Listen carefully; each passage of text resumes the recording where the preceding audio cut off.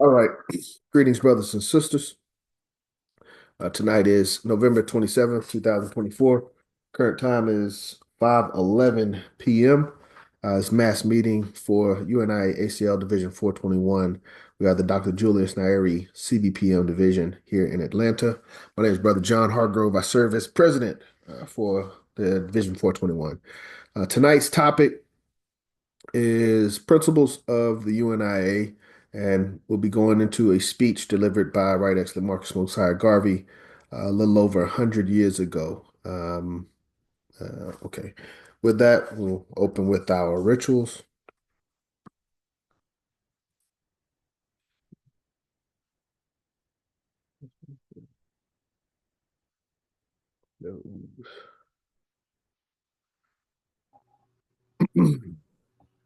First is opening hymn from Greenland's Icy Mountain. From Greenland's icy mountains, from India's coral strand, where Africa's sunny fountains roll down their golden sand. From many ancient rivers, from many palmy plains, they called us to deliver their land from error's chains. Shall we, chain, shall we whose souls are lighted with wisdom from on high, shall we to men benighted the lamp of life deny? Salvation, O salvation, the joyful sound proclaim, to earth's remotest nation has learned Messiah's name. Waft, waft, ye winds his story, and you, ye waters, roll, till like a sea of glory it spreads from pole to pole. To o'er our ransomed nation, the Lamb for sinners slain, Redeemer, King, Creator, in bliss returns to reign. Amen. Um, and let me stop sharing. Next will be prayer. If everyone would, please assume position of prayer. Almighty God, whose kingdom is everlasting and power infinite, be gracious unto the Universal Negro Improvement Association, and so rule the hearts of thy servants, President General, members of High Executive Council, and all others in authority, that they, knowing the great responsibilities of their office, may above all things seek the honor and welfare of this race, and grant that all our people, considering the authority they bear, may faithfully and obediently honor them in accordance with our laws through Jesus Christ our Lord, who with thee and the Holy Ghost liveth and reigneth ever, one God, world without end. Amen. Okay. And last is shine on eternal light.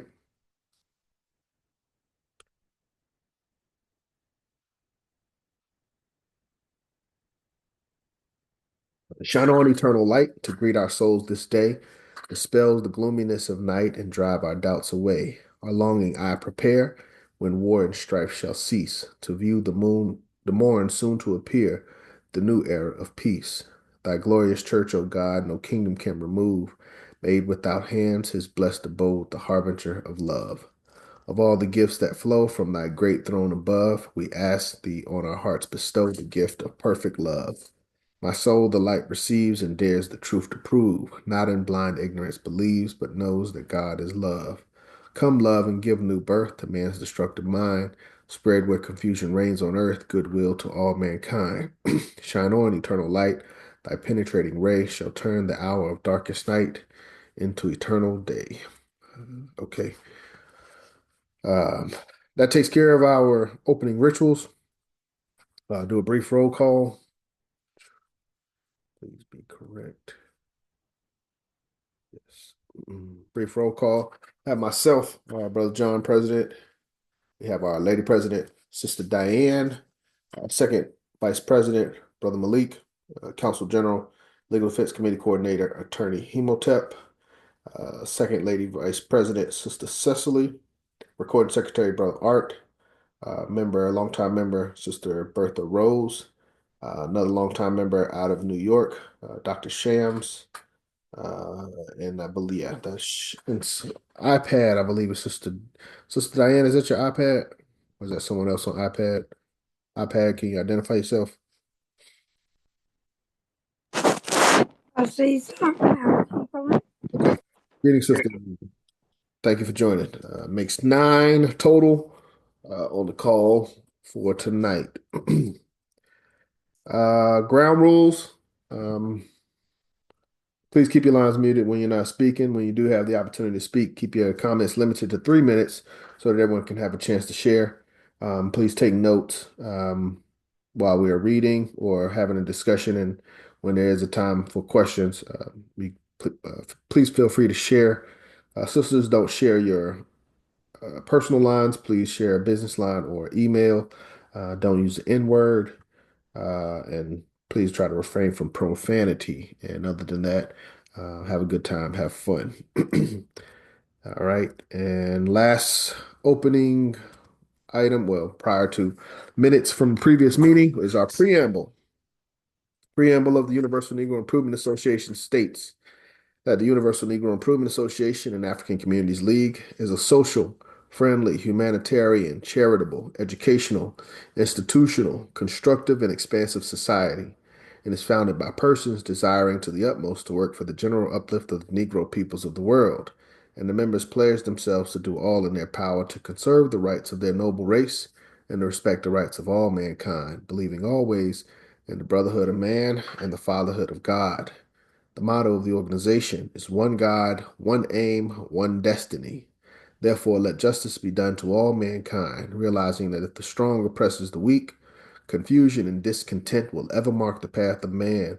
But with love, faith, and charity towards all, the reign of peace and plenty will be heralded into the world, and the generations of men shall be called blessed. Okay. Brother Art, would you happen to have minutes from November 10th that you can share with us?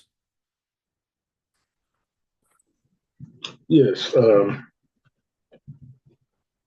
November 10th. The mass meeting was on the Black Cross nurses. It was a continuation. Call to order was 5 o'clock. The topic was the Black Cross nurses. We opened with the pledge and the rituals. Roll call. And the preamble was read at 5:30. Minutes of the last meeting were read at 5:35. Topic was open for discussion on the Black Cross nurses.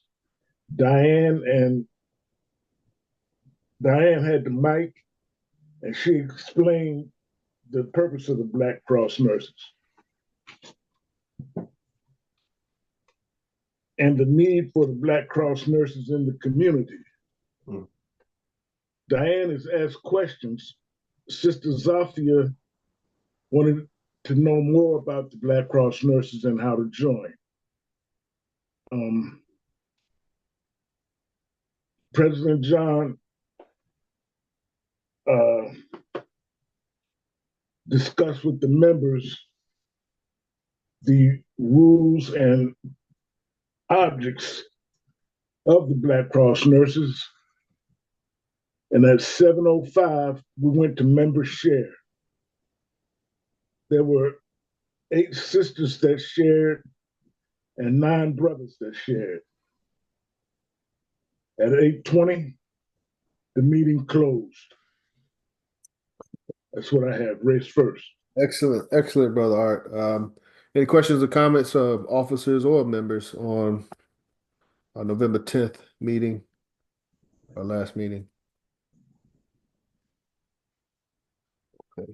If there aren't any questions, officers, if there is no objection, I vote that we accept the minutes that Brother Art provided and add those to our official record. Is there any objection?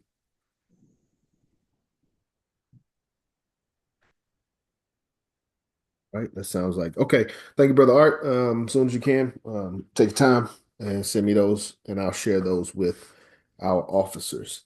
If there aren't any, thank you. So tonight's topic. Well, any questions or comments before we get into the topic for this evening?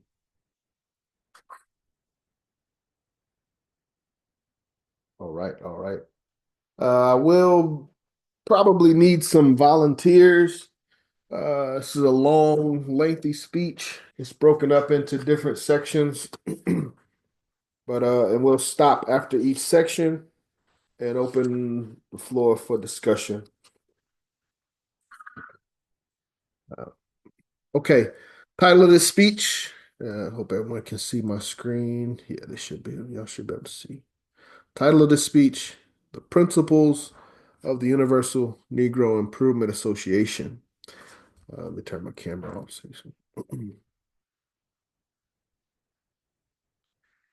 This was a speech delivered by Mr. Garvey at Liberty Hall, New York City, USA, November 25th, 19. Excuse me, President John. Can you make that font a little bit larger? Or if not, it's okay. Yes, I should be able to. Not a problem, Sister Bertha Rose. Thank you. Let's see Right. here. Oh, yeah, okay. Now I lost my page. Oh, man. Okay, here we go. Okay. Let me see if I can get rid of this. Yeah, I think I can. Nope, that's page.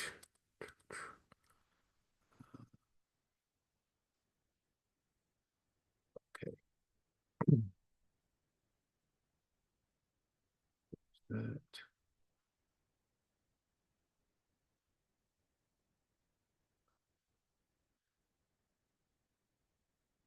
Might make it. I don't want to make it too large to where. Yeah, it's too large. It's not enough. What this will have to work right here. Title of this speech: Principles of a Universal Negro Improvement Association. Speech delivered by Mr. Garvey at Liberty Hall. Reason why we've made this a staple here at Division 421, part of our annual program, annual calendar, past 3 years at least. But 1922, the time, November 25th. Today is November 24th. So usually when you look at the calendar for Division 421, our yearly calendar, that fourth Sunday in November, we usually go over this particular speech in honor of Mr. Garvey, in memory of Mr. Garvey, but also to keep us in line with what was the focus for our ancestors, our brothers and sisters in the UNIA, in this time of the year in 1922. And Mr. Garvey brings the focus of reminding us of the principles of the Universal Negro Improvement Association. We must understand the time, 1922, November 25th, 1922. So this is what, 6 years after, wait, no, 1914. Wait, no, 1916. Yeah, 6 years after Mr. Garvey arrived in the United States, 8 years after the founding of the organization. Organization's founded in 1914. So um, Mr. Garvey is reestablishing the foundation. We must also understand one thing that I consider Mr. Garvey's age when he gave this speech. Mr. Garvey is only 37 years old when he gave this speech. So keep that in mind as we read the words and the tone that Mr. Garvey gave as President General of the Universal Negro Improvement Association in 1922 at the age of 37. Okay, without any further ado, I'll start. And the speech says, over 5 years ago, the Universal Negro Improvement Association placed itself before the world as the movement through which the new and rising Negro would give expression of his feelings. This association adopts an attitude, let me move some stuff around, not of hostility to other races and peoples of the world, but an attitude of self-respect, of manhood rights on behalf of 400 million Negroes of the world. That number currently is over 1.6 billion Negroes of the world. We represent peace, harmony, love, justice, sympathy, human rights, and human justice, and that is why we fight so much. Wheresoever human rights are denied to any group, wheresoever justice is denied to any group, there the UNIA finds a cause. At this moment, at this time, among all the people of the world, the group that suffers the most from injustice, the group that is denied most of the rights that belongs to all humanity, is the black group of 400 million.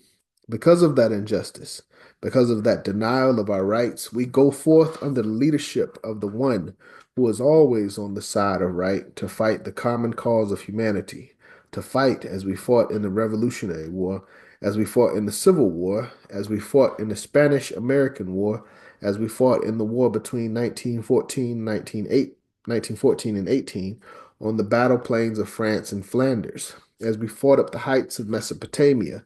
Even so, under the leadership of the UNIA, we are marshaling the 400 million Negroes of the world to fight for the emancipation of the race and of the redemption of the country of our fathers.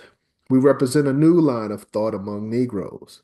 Whether you call it advanced thought or reactionary thought, I do not care. If it is reactionary for people to seek independence in government, then we are reactionary. If it is advanced thought for people to seek liberty and freedom, then we represent the advanced school of thought among the Negroes of this country. We of the UNIA believe that what is good for the other fellow is good for us. If government is something that is worthwhile, if government is something that is appreciable and helpful and protective to others, then we also want to experiment in government. We do not mean a government that will make us citizens without rights or subjects without consideration. We mean the kind of government that will place our race in control, even as other races in control of their own governments. That does not suggest anything that is unreasonable. It was not unreasonable for George Washington, the great hero and father of this country, to have fought for freedom of America, giving to us this great republic and this great democracy. It was not unreasonable for the liberals of France to have fought against the monarchy, to give the world French democracy and French republicanism. It was no unrighteous cause that led Tolstoy to sound the call of liberty in Russia, which has ended in giving the world the social democracy of Russia, an experiment that will probably prove to be a boon and a blessing to mankind. If it was not an unrighteous cause that led Washington to fight for the independence of this country and led the liberals of France to reestablish the republic, it is therefore not an unrighteous cause for the UNIA to lead 400 million Negroes all over the world to fight for the liberation of our country. Therefore, the UNIA is not advocating the cause of church building because we have sufficiently large number of churches among us to minister to the spiritual needs of the people. And we are not going to compete with those who are engaged in so splendid a work. We are not engaged in building a new social institution, any new social institutions, and YMCAs or YWCAs, because there are enough social workers engaged in those praiseworthy efforts.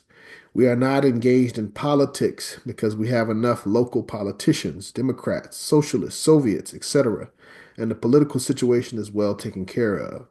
We are not engaged in domestic politics, in church building, or in social uplift work, but we are engaged in nation building. Okay, that is the first section of the speech. I guess I'll stop at this time. Were there any questions, comments, observations?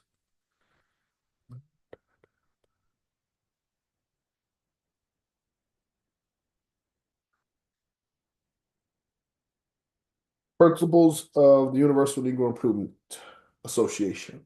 No questions so far? Straightforward. Okay, I agree. Okay. Next section titled Misrepresentations. In advocating the principles of this association, we find that we have been very much misunderstood and very much misrepresented by men from within our own race, as well as others from without. Any reform movement that seeks to bring about changes for the benefit of humanity is bound to be misrepresented by those who have always taken it upon themselves to administer to and lead the unfortunate and to direct those who may be placed under temporary disadvantages.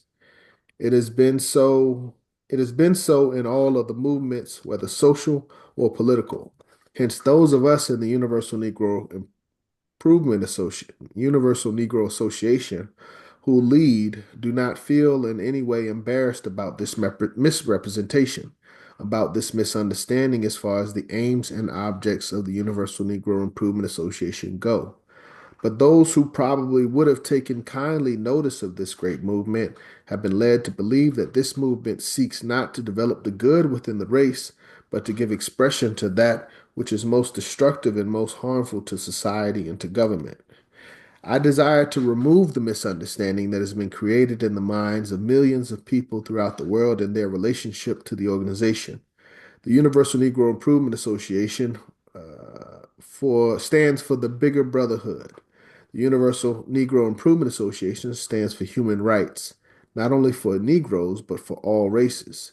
The Universal Negro Improvement Association believes in the rights of not only the black race, but the white race, the yellow race, the brown race, and the brown race. The Universal Negro Improvement Association believes that the white man has as much right to be considered, the yellow man has as much right to be considered, the brown man has as much right to be considered, as well as the black man of Africa. In view of the fact that the black man of Africa has contributed as much to the world as the white man of Europe and the brown man and yellow man of Asia, we of the Universal Negro Improvement Association demand that the white, yellow, and brown races give to the black man his give to the black man his place in the civilization of the world. We ask for nothing more than the rights of 400 million Negroes. We are not seeking, as I said before, to destroy or disrupt the society of the government of others. We are determined that 400 million of us shall unite ourselves to free our motherland from the grasp of the invader. We of the Universal Negro Improvement Association are determined to unite 400 million Negroes for their own industrial, political, social, and religious emancipation. We of the Universal Negro Improvement Association are determined to unite the 400 million Negroes of the world to give expression to their own 400 million Negroes, what? Expression to their own 400 million Negroes of civilization of their own. I feel like that's a typo. And in that effort, we desire to bring together the 15 million of the United States, the 180 million in Asia, the West Indies and Central and South America, and the 200 million in Africa. We are looking toward political freedom on the continent of Africa, the land of our fathers. Feeling we are determined to unite uh, the world for the purpose of building a. This is not the best. Give me 1 second.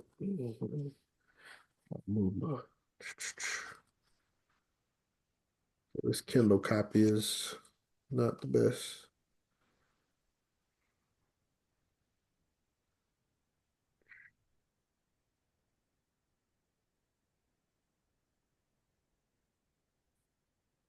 Let's see. I feel like it's missing a lot. Misrepresentation. We are looking forward to political freedom on the continent of Africa. Okay. Continent of Africa and the land of our fathers is where that ends, the Universal Negro Improvement Association. Yeah, and then it goes into the next section. Not seeking a government within a government.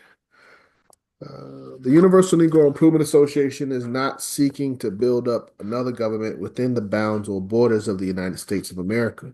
The Universal Negro Improvement Association is not seeking to disrupt any organized system of government, but the association is determined to bring Negroes together for the building up of a nation of their own. And why? Because we have been forced to it. We have been forced to it throughout the world, not only in America, not only in Europe, not only in the British Empire, but wheresoever the black man happens to find himself, he has been forced to do for himself. To talk about government is little more than some of our people can appreciate just at this time. The average man does not think that way, just because he finds himself a citizen or a subject of some country. He seems to say, why should there be a need for any other government? We are French, English, or American. But we of the UNIA have studied seriously this question of nationality among Negroes, this American nationality, this British nationality, this French, Italian, or Spanish nationality, and have discovered that it counts for naught when the nationality comes in conflict with the racial idealism of the group that rules. When our interests clash with those of the ruling faction, Then we find that we have absolutely no rights.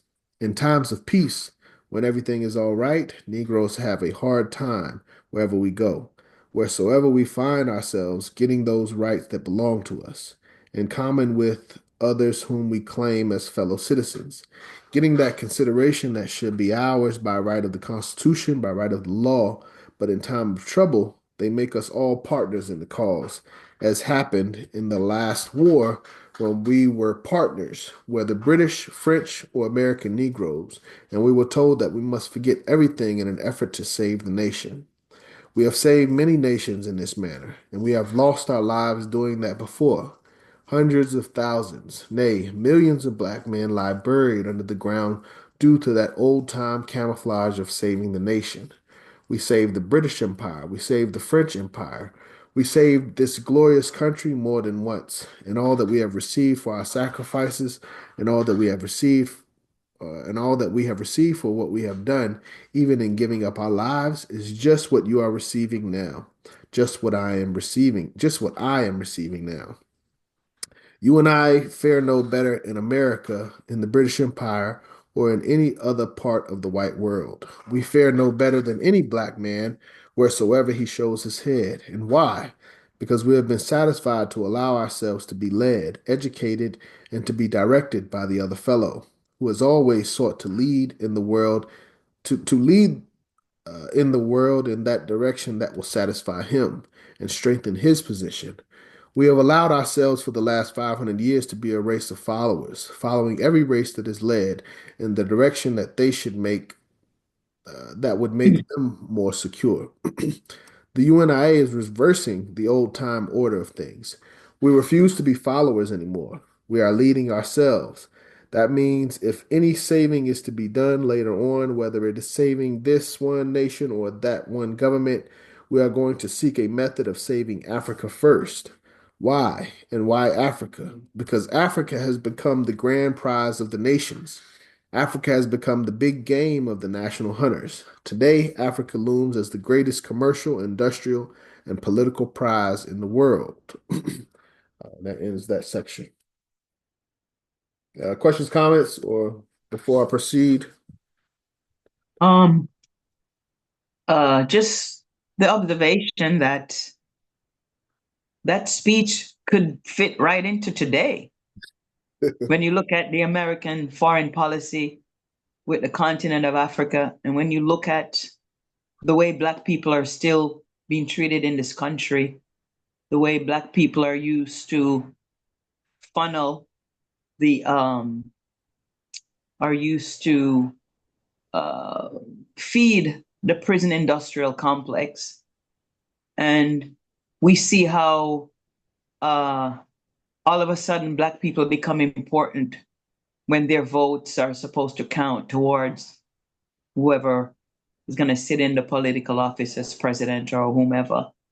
So we see there's not much change. Mhm. And we see that we still are not working together the way we ought to. That's why a speech such as that is still necessary today.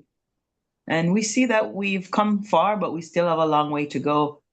And we just see that these people just use us. I Mhm. mean, blatant usury of Black people for different purposes. And then when we teach them things and get to a certain level, then they try to appropriate or steal our stuff as theirs. And, you know, it just doesn't seem like much has changed. I don't think much is going to change until there is more unity, not only in this country, but also more unity on the continent of Africa. And we see steps in that direction, but I just feel it just feels like a speech of today, and we still have a long way to go. Yes, ma'am. Yes, ma'am. One of the things you said, they continue to use us. This is a speech as we read over 100 years ago. Mr. Garvey gave these great words in New York. And I have to argue at this point, most of our people continue to allow themselves to be used. So when we're voluntarily, I think when he talked about the nation, when we're volunteering our lives and our resources for other nations. We are French, we are American, we are German or whatever Africans. When we identify with anything outside of race first, we've already volunteered and given away our sovereignty. But that's one of the issues as we continue to still fight and die for others voluntarily. Okay, I will continue. The difference between the UNIA and other organizations, another great section, which still applies today and is very important today for us to explain. And what better way of explaining the difference, or who better to explain that difference than Mr. Garvey himself?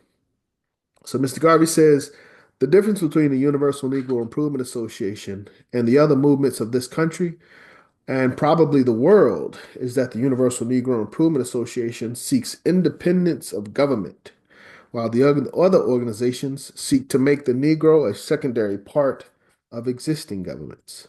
We differ from the organizations in America because they seek to subordinate the Negro as a secondary consideration in a great civilization, knowing that in America, the Negro will never reach his highest ambition, knowing that the Negro in America will never get his constitutional rights. All those organizations which are fostering the improvement of Negroes in the British Empire know that the Negro in the British Empire will never reach the height of his constitutional rights. What do I mean by constitutional rights in America? If the black man is to reach the height of his ambition in this country, if the black man is to get all of his constitutional rights in America, then the black man should have the same chance in the nation as any other man to become president of the nation or a street cleaner in New York. If the black man in the British Empire is to have all his constitutional rights, it means that the Negro in the British Empire should have at least the same right to become premier of Great Britain as he has to become street cleaner in the city of London. Are they prepared to give us such political equality? You and I can live in the United States of America for 100 years more, which we are doing today. And our generations may live for 200 years or for 5,000 more years. And so long as there is a black and white population, when the majority is on the side of the white race, you and I will never get political justice or get political equality in this country. Then why should a black man with rising ambition, after preparing himself in every possible way to give expression to that highest ambition, allow himself to be kept down by racial prejudice within a country? If I am as educated as the next man, if I am as prepared as the next man, if I have passed through the best schools and colleges and university as the other fellow, why should I not have a fair chance to compete with the other fellow for the biggest position in the nation? I have feelings, I have blood, I have senses like the other fellow. I have ambition, I have hope. Why should he, because of some racial prejudice, keep me down, and why should I concede to him the right to rise above me and to establish himself as my permanent master? That is where the UNIA differs from other organizations. I refuse to stultify my ambition, and every true Negro refuses to stultify his ambition to suit anyone, and therefore the UNIA decides if America is not big enough for two presidents, if England is not big enough for two kings, then we are not going to quarrel over the matter. We will leave one president in America, we will leave one king in England, we will leave one president in France, and we will have one president in Africa. Hence, the Universal Negro Improvement Association does not seek to interfere with the social and political systems of France, but by the arrangement of things today, the UNIA refuses to recognize any political or social system in Africa except that which are about to establish, that which we are about to establish for ourselves. Context: most of the African nations in this time were still under colonial, on being colonized. There weren't many independent African nations outside of Liberia and Ethiopia. So this idea of Africa for the Africans, of independent African nations, was a new thought among Negroes at this time.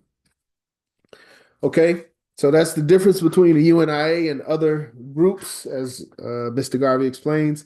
We are seeking full independence, no form of secondary citizenship or subordinate citizenship. If we can have the highest office, a representative of the highest office in a particular land, we will respect that office in that land, but we will continue to work to establish that for ourselves. That's the difference between us and many black groups. When you think about their final goals, it's some form of secondary status here in the United States.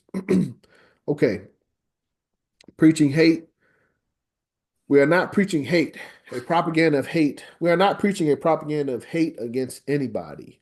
Mr. Garvey says, we love the white man. We love all humanity because we feel that we cannot live without the other. The white man is as necessary to the existence of the Negro as the Negro is necessary to his existence. There's a common relationships which we cannot escape. Africa has certain things that Europe wants, and Europe has certain things that Africa wants. And if a fair and square deal must bring white and black with each other, it is impossible for us to escape it. Africa has oil, diamonds, copper, and rubber, and all the minerals that Europe wants. And there must be some kind of relationship between Africa and Europe for a fair exchange, so we cannot afford to hate anybody. Yeah, we don't promote hate. And Mr. Garvey even says himself in this speech, he says it. I didn't necessarily say it or agree, but he says we love the white man. Yeah, we love the white man. So it's not about hating anybody.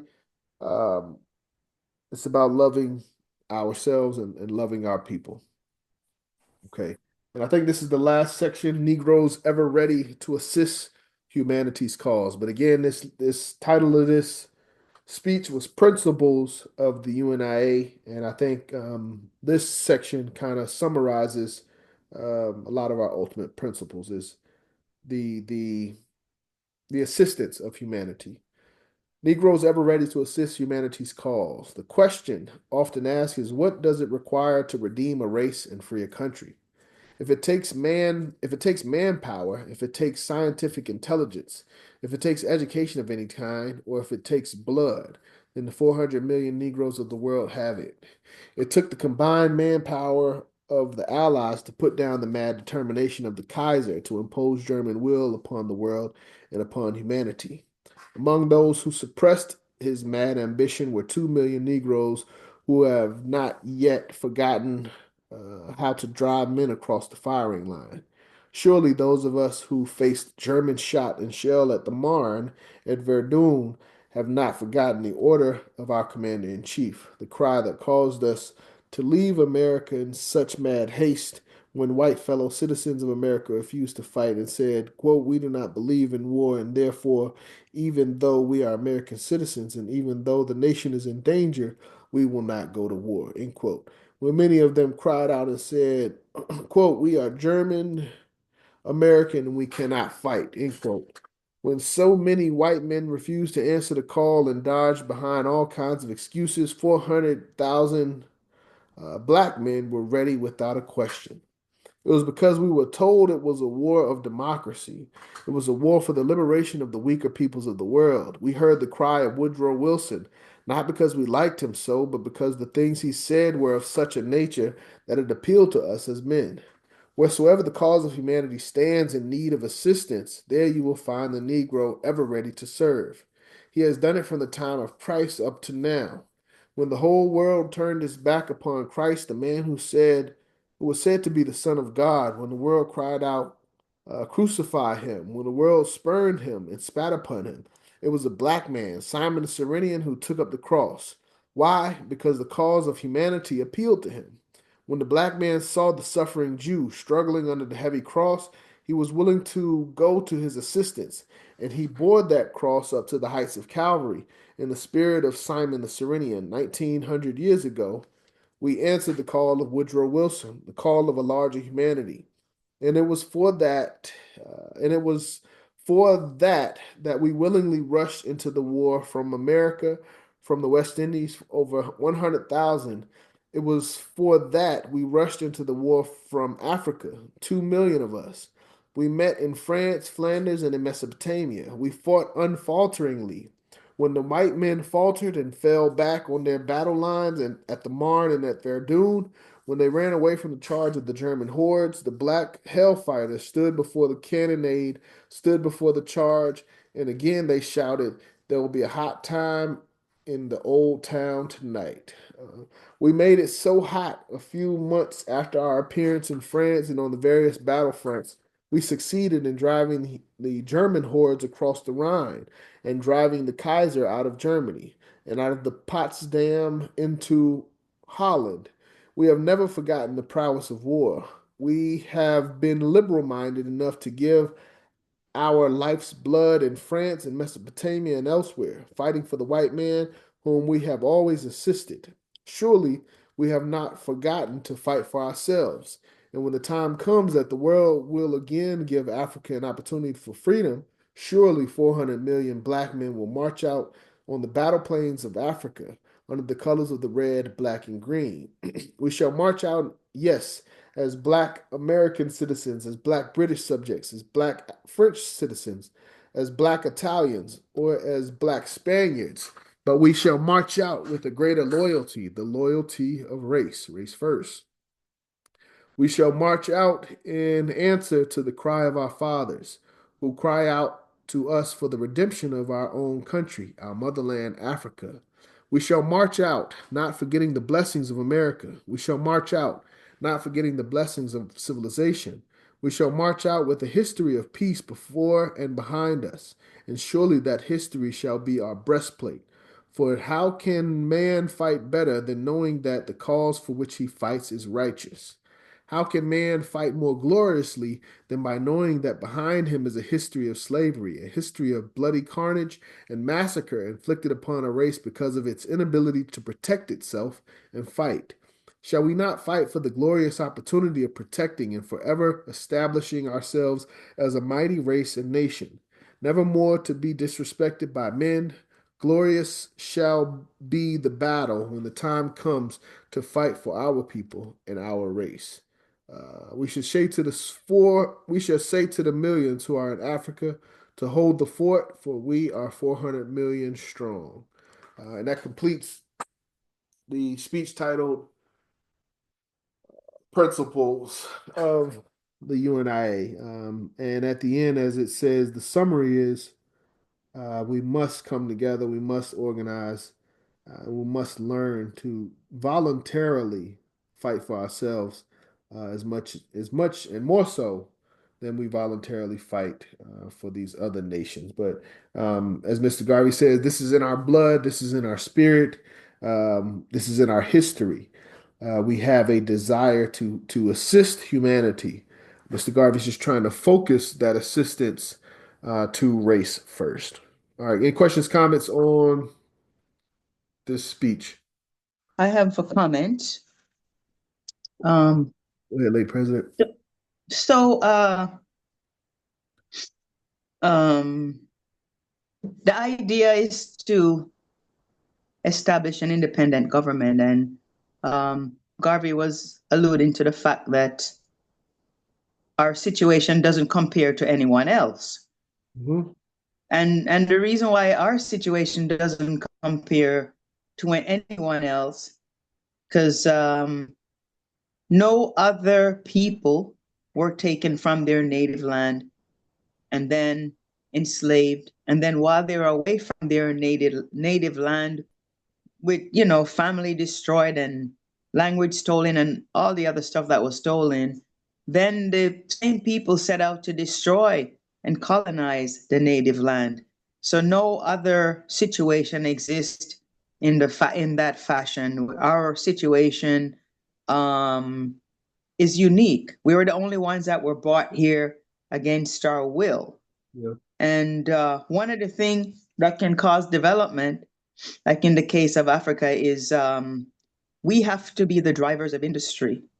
And unless we're doing that, you know, we've never done that here. And even when we dominate industries, like we dominate the music industry, we dominate the sports, football and basketball, those are not owned by us. We're basically still kind of like, I mean, it's glorified industries and the people are paid well, but rarely do you find the Black people owning these football teams.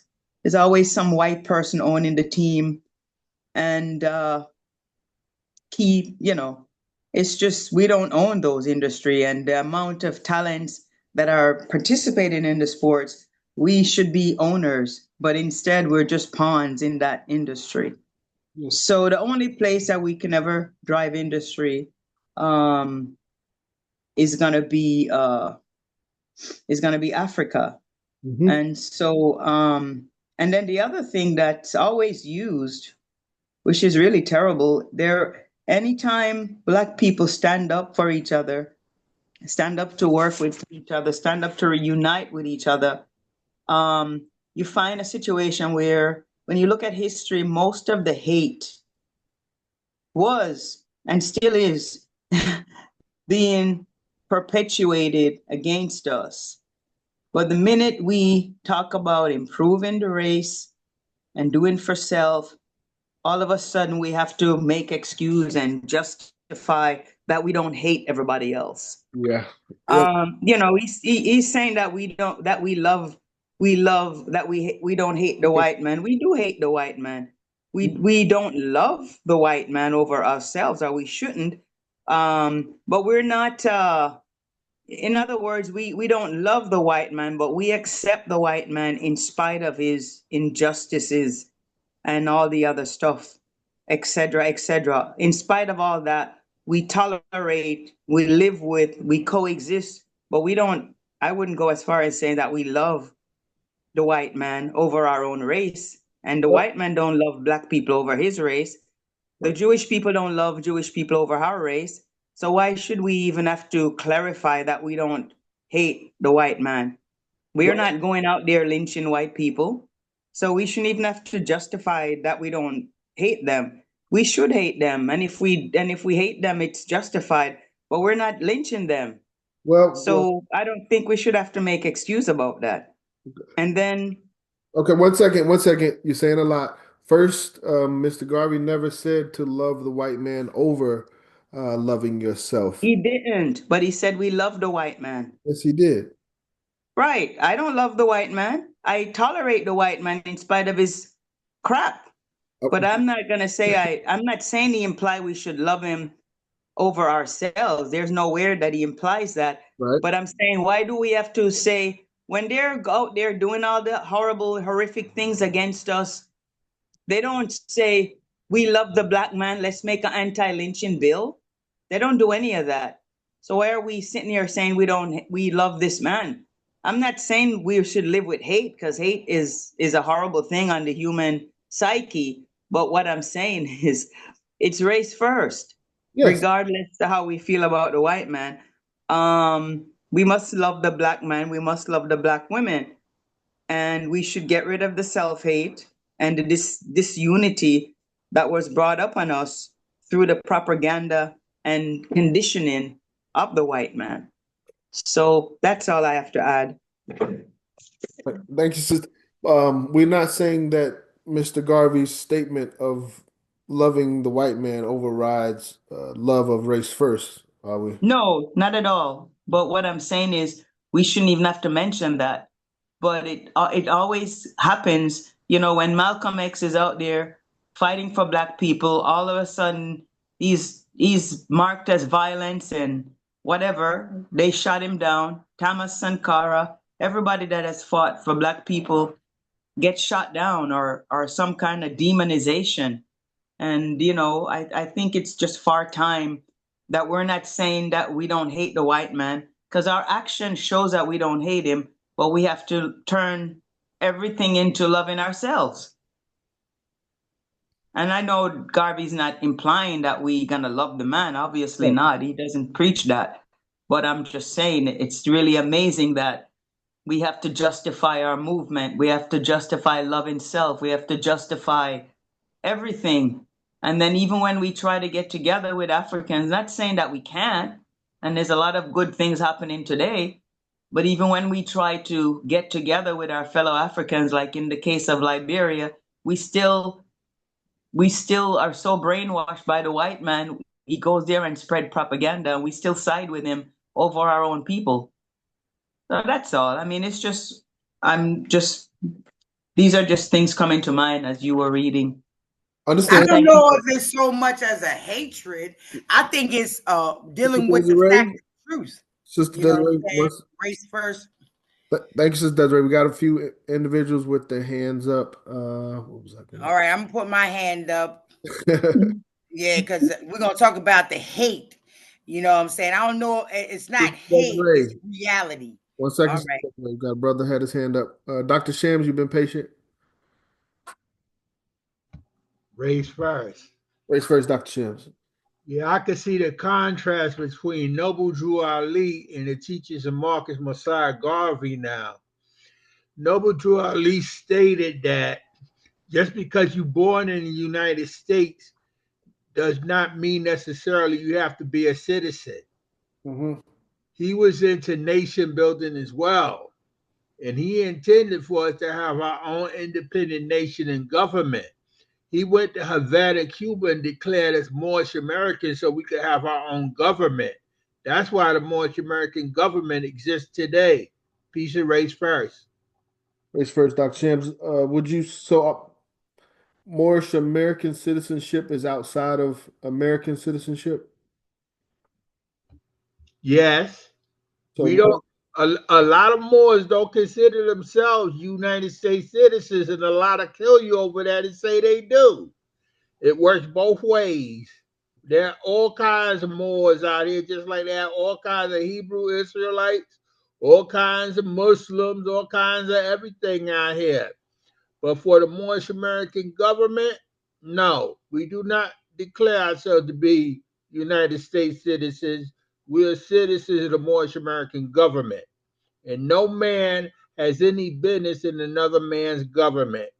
Even though we cooperate and we try to comply with the main state as much as possible, as it is written in international law to do so, we do not declare ourselves United States citizens. We declare ourselves Moorish American governmental citizens.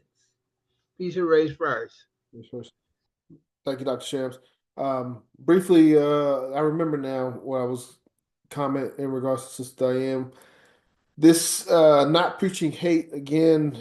This came after the section on misrepresentation, and also Mr. Garvey was speaking on the difference between the UNIA and other organizations. So I'm not exactly sure as to the complete context as to why he gave this message, but the subsections imply that there was misrepresentation of what the UNIA was promoting, and he needed to clarify that we don't preach a doctrine of hate against any race.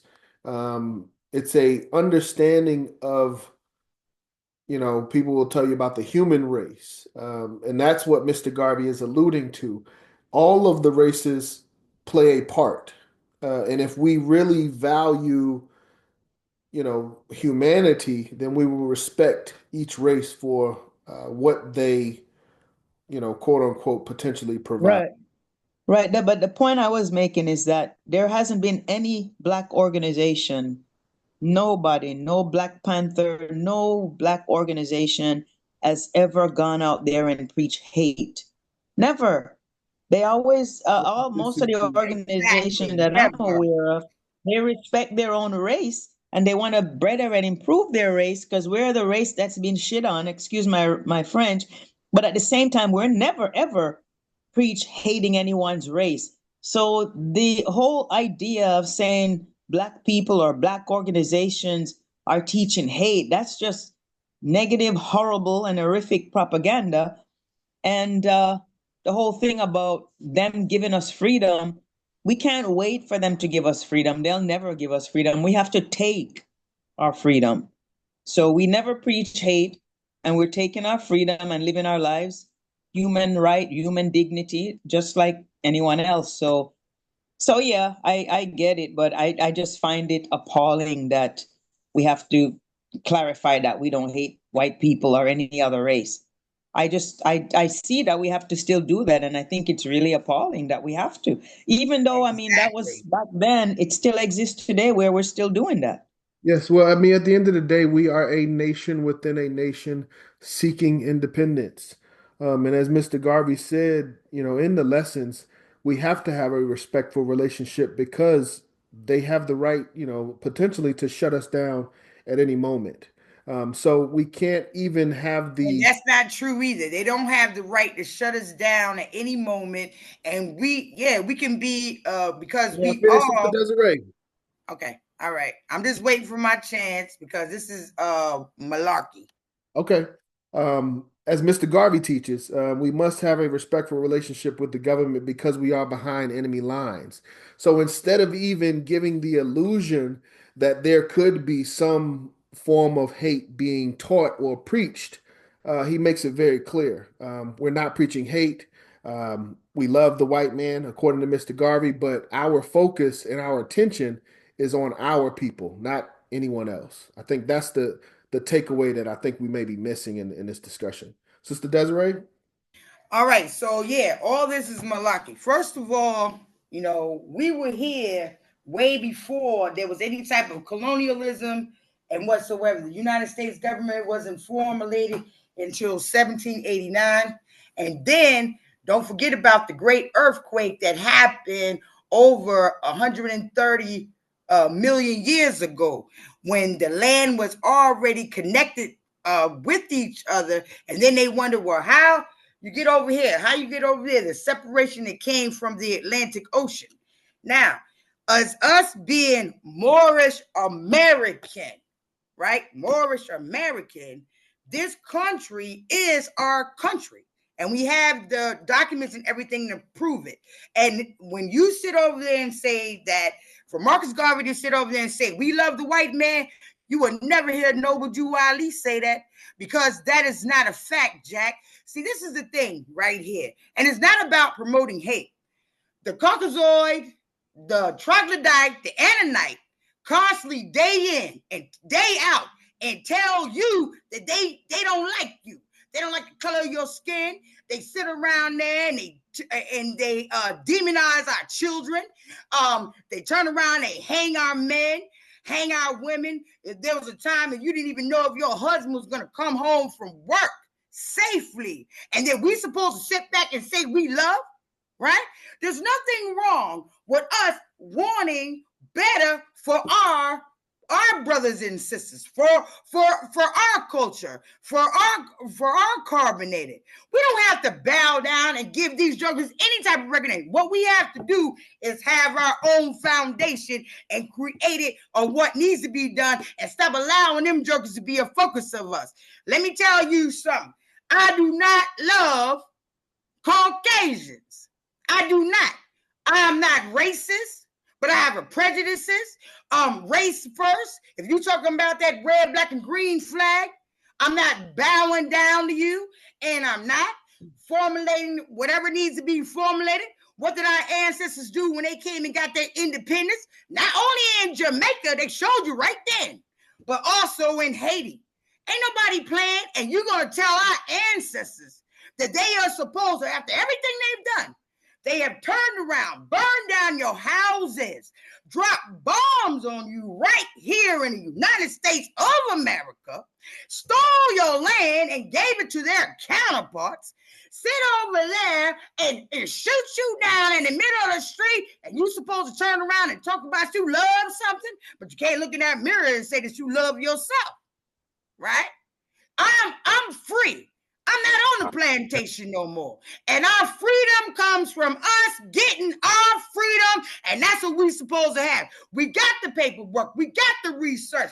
This, in actuality, even calling this as the whole of Africa the wrong word. We are not Negro, colored, black, or Ethiopian, right? Those are names that was given from them slave masters to turn around and tell you that you are not a citizen and you are not a part of this land. and they separated all of us and did whatever and come over there and kidnap you, and then you're supposed to talk about you love? Get out of here. But it's not about hate. It's about truth. It's about truth. Do them damn fake Jews let you forget about Holocaust? Do they not? They come on TV every day and show you what happened with Hitler, but they do not show you the black Jews that was killed as well in Holocaust. So why is us being melanated or carbonated people that we gotta bow down to that? Maybe that may have been a strategy then, but we supposed to learn from our ancestors and evolve into another revolution. Game over. Yes, thank you, Sister. Preach. Brother Art, you got your hand up. Yeah, race first, family. I see this in a different light. I think Mr. Garvey was using diplomacy here, and also propaganda. See, propaganda can go two ways. They can use it, and we can use it. And I think this was a propaganda move by Mr. Garvey, because where the speech was in Carnegie Hall. And at that time, not many blacks could get into Carnegie Hall. Race first. First, thank you, Brother Art. Let's see. That we talk about Carnegie Hall. We talk about all that stuff. Let me tell you something. These jokers didn't even have a recycling system. That came from our ancestors. They turned around and they would put trash outside the window, letting it pile up. Didn't even know anything about brushing their teeth and proper hygiene, let alone sitting over there talking about classical music and everything else. That came from our ancestors. Our ancestors that came from Kemet, the sons and daughters of Kemet, which are the Moors, came and civilized these jokers, civilized them. The only mistake that they made was having them mulatto babies by them, right? And that continued. President John, it's been more than 3 minutes. Thank you, Jeremy. What's up? Sister Desiree, thank you for your comments. We're going to have to proceed to go prepare for member share if there aren't any. Is there anyone else, any closing comments on this speech from 1922? Race first. Dr. Shams? Yeah, Sister Desiree can stay calm. I want to explain something. There's a clear distinction here, even though it's written in the Moorish Holy Quran, the Moorish Holy Quran, Moorish American Holy Quran, that in chapter 48, it speaks about both Marcus Garvey and Noble Drew Ali. But that's Noble Drew Ali's book. And he says, come and link yourselves with the family and nations. He intended for us to be a government of our own, right here within the realms of the U.S., because he called the Havana, Cuba, and he called us Moorish Americans. Peace and race first. Yes, thank you, Dr. Shams. And I think, that's kind of where because the statement that Mr. Garvey says right after that is, we love all humanity.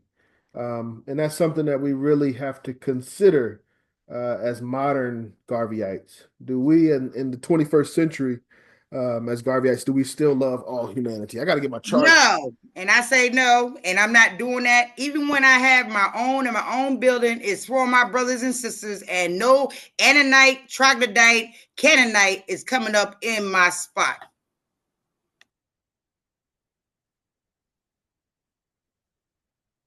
Understand? Okay. All right.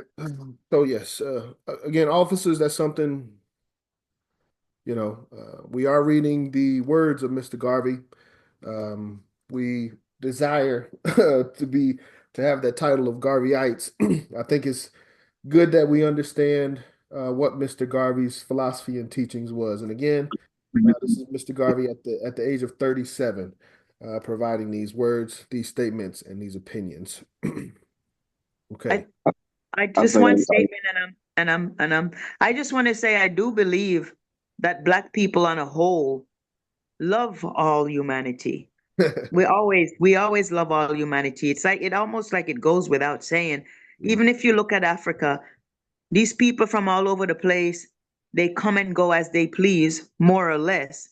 But then the Africans are restricted by borders, and borders that weren't even set up by us, colonial borders. And a lot of African countries are monetizing these borders instead of monetizing their resources. So I think it goes without saying that Black people love all other races.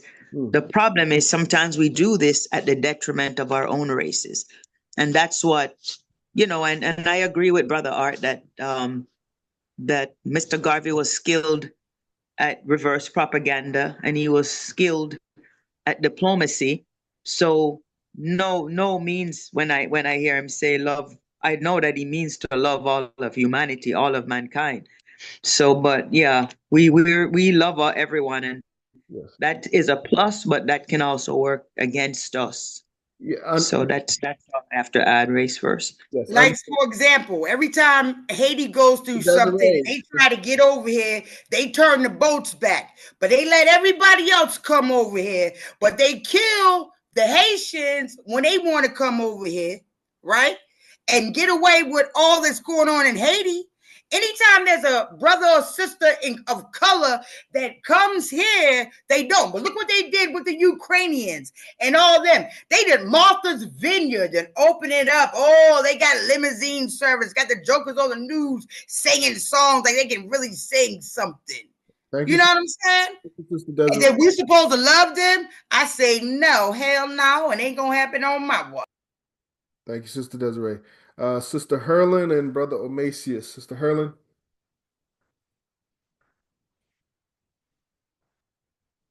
Sister Herlin, you there? You're on mute. Yeah, greetings. You gotta give me time sometime because I be trying to figure out how to do this thing.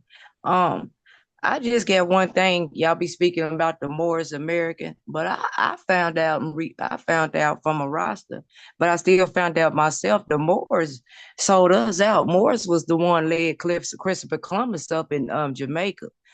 So I don't know about the Moors really because I'm learning they sold the children out. And if I learned about Prophet Muhammad because our people follow Prophet Muhammad. And I found out Prophet Muhammad enslaved the children of Israel on Mecca. So, we lost on a whole lot of things because at the end of the day, like we follow, like some people follow Prophet Jubilee and all this and that, and we idolize and we idolize these prophets instead of idolizing and following the Most High.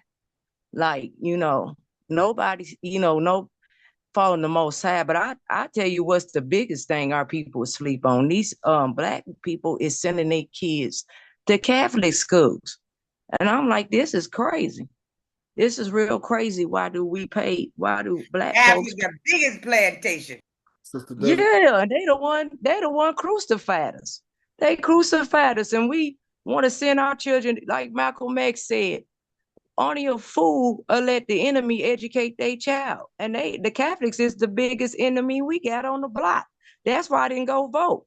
Because anybody to go vote, they should know the Roman Catholics own the government. They own DC. DC is a corporation. It ain't even a city.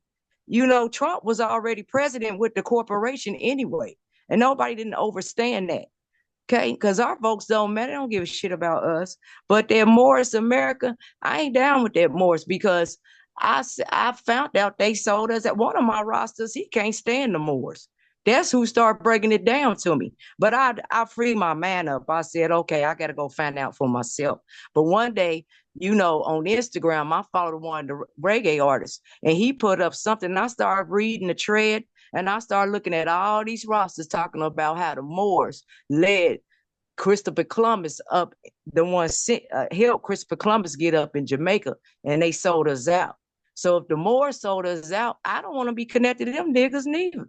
Okay, thank you, Sister Herlin. I don't know why, the more discussion continues to come up. I just did a brief search in the Philosophy and Opinions for the word more. It comes up 3 times, and they're all attached to an individual's name. Mr. Garvey does not teach. I'm not aware of any teachings that Mr. Garvey has in regards to Moors or Moorish. Yeah, Mr. Garvey was a Rastafari man. Rastafari, him and Leonard, they started with Marcus Garvey. That's why I don't understand, if you rolling with Marcus Garvey, how do you not adopt Rastafari? And Rastafari is not even a religion. Rastafari, if I tell you this, people claim they know Yahshua or whatever, but they can't tell you why he got murdered. You know why they murdered him? Because he was a Rastafari man. All our ancestors was Rasta. Rasta ain't nothing but the heart. It's righteous. It's soldiers for the Most High. That means you gonna stand firm. And Marcus Garvey was a Rasta man. He thought like a Rasta man. He stood like a Rasta man. Everything he did was Rasta.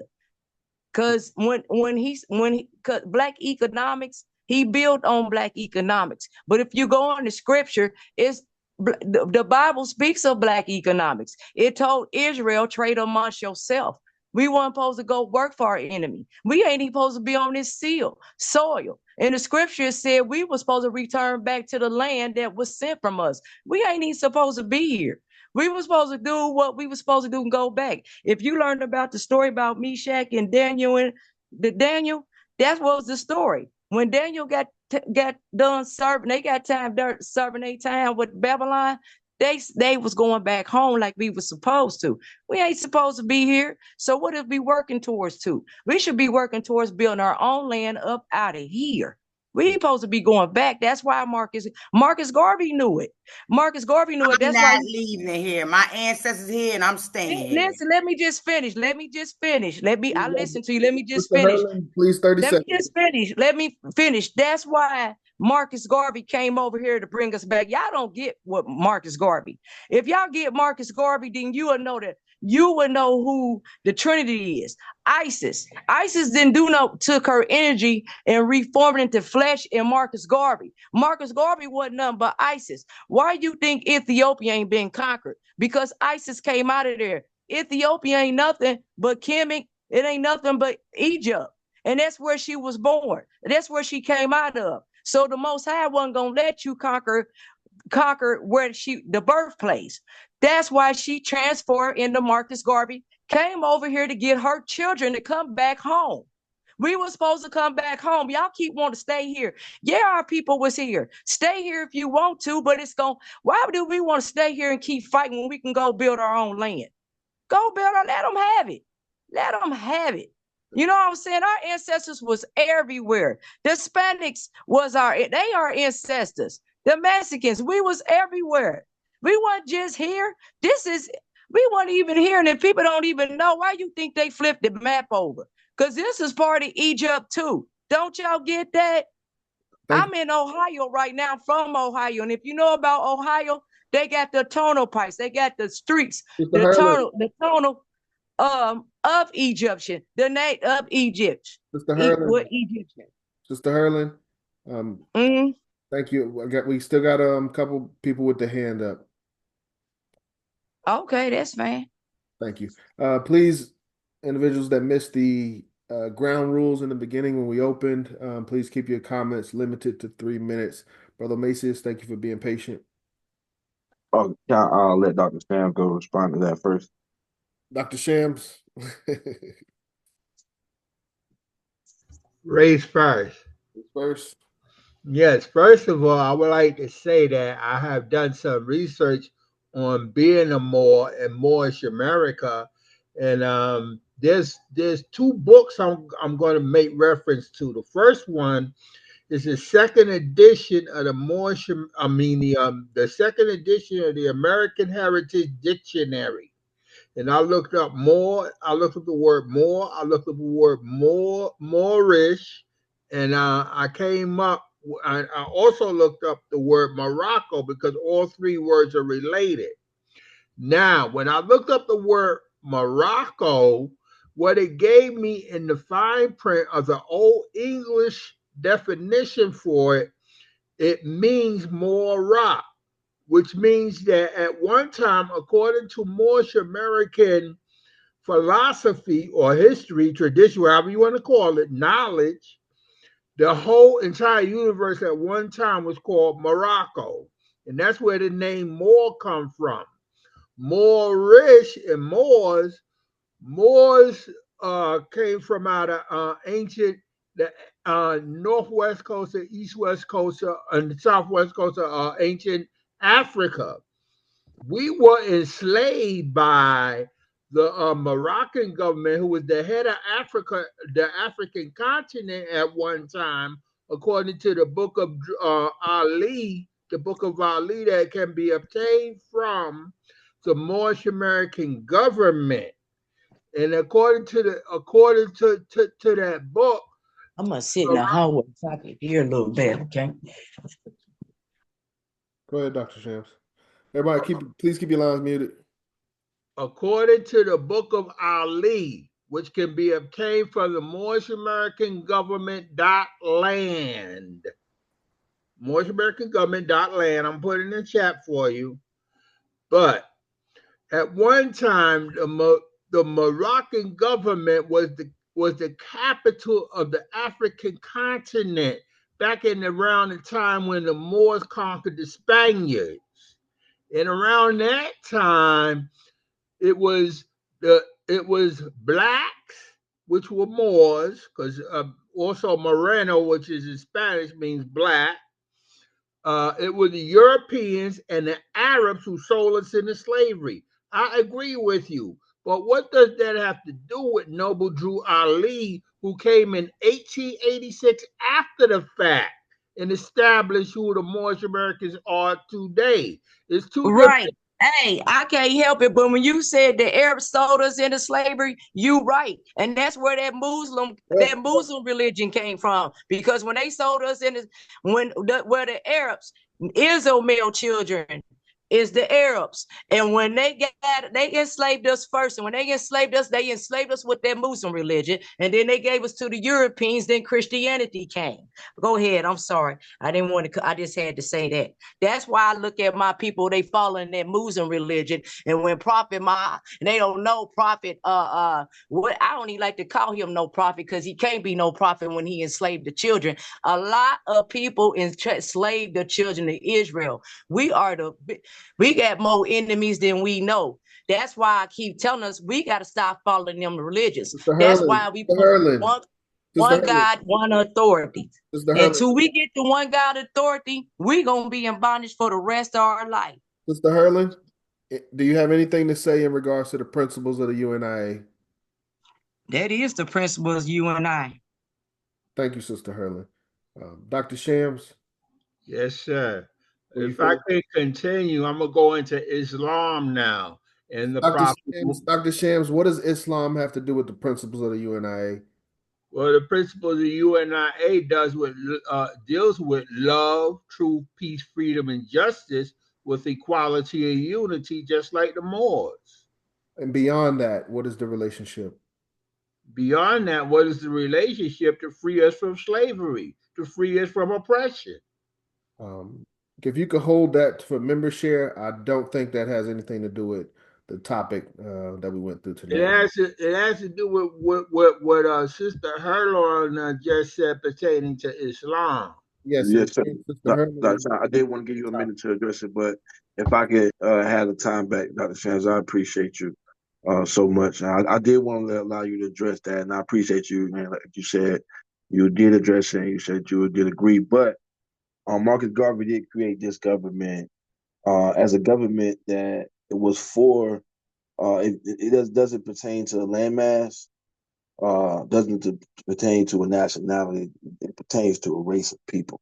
That's what this government is about. And the Moroccan people, Morocco, the Moors, that is a separate government from what we are here to talk about today. And we're here to talk about the UNIA. But as it pertains, we are government without borders. Wherever Black people are, period. That's what this government is. So if there are Black people in Morocco, there are Black people who claim Muslim. If there are Black people who claim Christianity, they are under our jurisdiction of the UNIA. So as far as the conversation about loving the white people, I wanted to comment on that as well. Go ahead, Um, President. I think about it things a lot in the spirit of competition, and as a competitor, I think it would slow down my ability to fight if I, for a second, believe that my enemy is better than me, even for a second. I think in spirit of competition, I think about Larry Bird and Magic Johnson, white man, black man, and I think about the countless battles that they had on the basketball court. Boy, I feel like it was an expectation that my enemy is going to do their best to try to destroy me. It's not a surprise. It's not. I don't ever believe that my enemy will ever change from that mindset or thought process. I believe it's their job and their duty. I believe that God created my opposition even to make me stronger. And I believe that Garvey, in his words, I believe that he desires for us to have the confidence that's so glaring that we think not that anybody has an upper hand on us, not even a white man. So when I approach it in a spirit of competition, sometimes I have to appreciate um, a beast biting me on the butt if that means me getting off my butt. Um, so I can love that part of my beast without nurturing it. I think we think of loving and nurturing as the same thing. I don't love it to nurture it or to care for it or to think that I have to appreciate it or assimilate into their society. But I can love the spirit of competition. The fact that it's the truth that if I don't build for myself, they will destroy me. And I could appreciate more than and I guess the word is appreciate more than love, but I can appreciate the competition of it. But that hopefully will help us understand our power.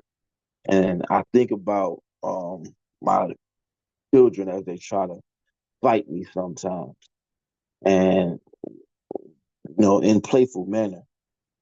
They can't really hurt me, so I laugh at it, and I think that that's how I approach white men too. That I have to be so skilled that whatever they throw at me, I can laugh at. I think that's all that we all should be striving for, to be so skilled at building for ourselves that no matter what they do or try to do, that we're already ahead. Yes, sir. Yes, sir. All right. Great discussion. Thank you, First Vice President. And I think that'll wrap up our topic for the evening, and we will roll into member share. First Vice President, I will call on you to help host member share, please. I got you, President John. Thank you. And I'm here if anybody has any questions, comments, concerns for 421 or UNIA leadership. Well, of course, family, we kind of have two halves to our meetings. The first half, we talk about UNIA business. And the second half, we allow our members, I guess, or those people on the call, to talk about the businesses that you have, whatever you have to want to share. It's open floor for our members share. What you hear may not or be directly aligned with the views of the UNIA. We ask that everybody is respectful, of course, during the member share. Of course, not using profane language, and of course, limit your conversations to 3 minutes. We do want to, I do want to first, start with the officers on the call, see if they have any reports they want to maybe give. And then we'll go over to the ladies first, and then the fellas, and then we'll wrap up the call. So I guess I'll first start with our lady president, Diane Marshall. Greetings and race first, everyone. Great to be on the call. Appreciate everyone's input. just to kind of add to what Brother Amacius was saying, basically is that we have to have the mindset of being a step ahead so that we are able to handle whatever is thrown at us. So we've had enough time on the planet to kind of understand the ways, of the enemy. And we have our experience and we have the experience of our forefathers before us. So the thing is, before we can even be one step ahead, I think we should really be 10 steps ahead. But before we can even be one step ahead, we have to operate on one accord. And we don't have time for division. We don't have time for stupidness that keeps us divided. So that's all I wanted to add. Thank you, Mr. President. Thank you. Next we'll have third male vice president, or second male vice president. Well, 1 second. Good. That question. Lady President, are we still looking for Black Cross Nurse Program in the month of December? I do believe that if the calendar allows for it, if we're gonna go to, once a month, and if the calendar allows for it, it's probably not a bad idea to decide which day of the month, which Friday, if it's gonna be a Friday, which Friday of the month we're gonna pick and establish it as a norm. Okay. Well, just the reason why I'm bringing it up now, we won't meet again until second Sunday in December. So if we did plan on doing something before that time, this would be the only notice outside of an email that members would get. And going into the end of December, things get busy. The Kwanzaa, a lot of our brothers and sisters still celebrate Christmas with their family. So end of the month, usually we kind of keep the calendar clear outside of Kwanzaa and family time. Well, we could look at it two different ways since it is a packed month with, different things going on. We could push it to January, but if you want, also we could take a vote and see, and then also keeping the calendar in mind, what's on it already, we could take a vote to maybe do next Friday, or just start out fresh in January. Yeah, I think January, fresh for the year. That'll be a good focus for our sisters to be able to bring our sisters together. Working with Second Vice President, Brother Malik, trying to get our brothers together for the Legion. So 2025 should be a good year to organize our auxiliaries. I'm good with that. Okay. Thank you, Lady President. That was my only question. Thank you for that. Brother Thank you. Mason. All right. Brother Malik, did you want to have anything to share? Second male vice president. No. Thank you, Brother Malik.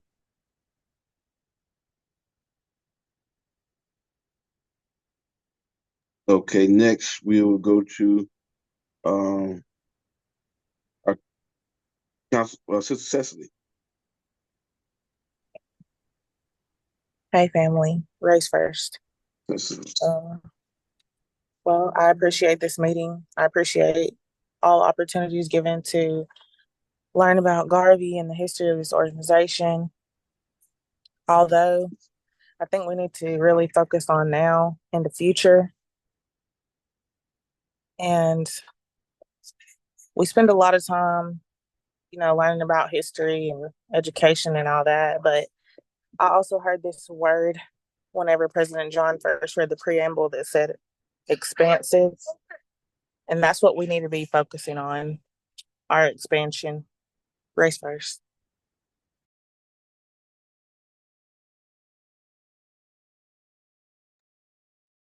Thank you. Thank you. Thank you. To our second lady Vice President. All right. Next, we will have our Council General. Do you have anything you'd like to share? Attorney Imhotep?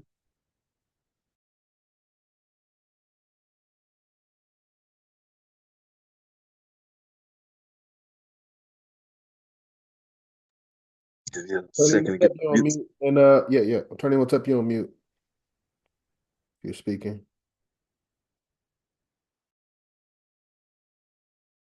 Okay, we might have to come back to Attorney Imhotep. All right. Next, we'll go to our recording secretary, Brother Art.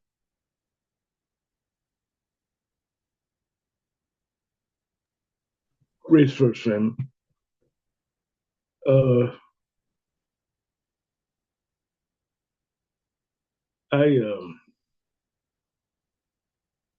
I think some positive things have come from this meeting. I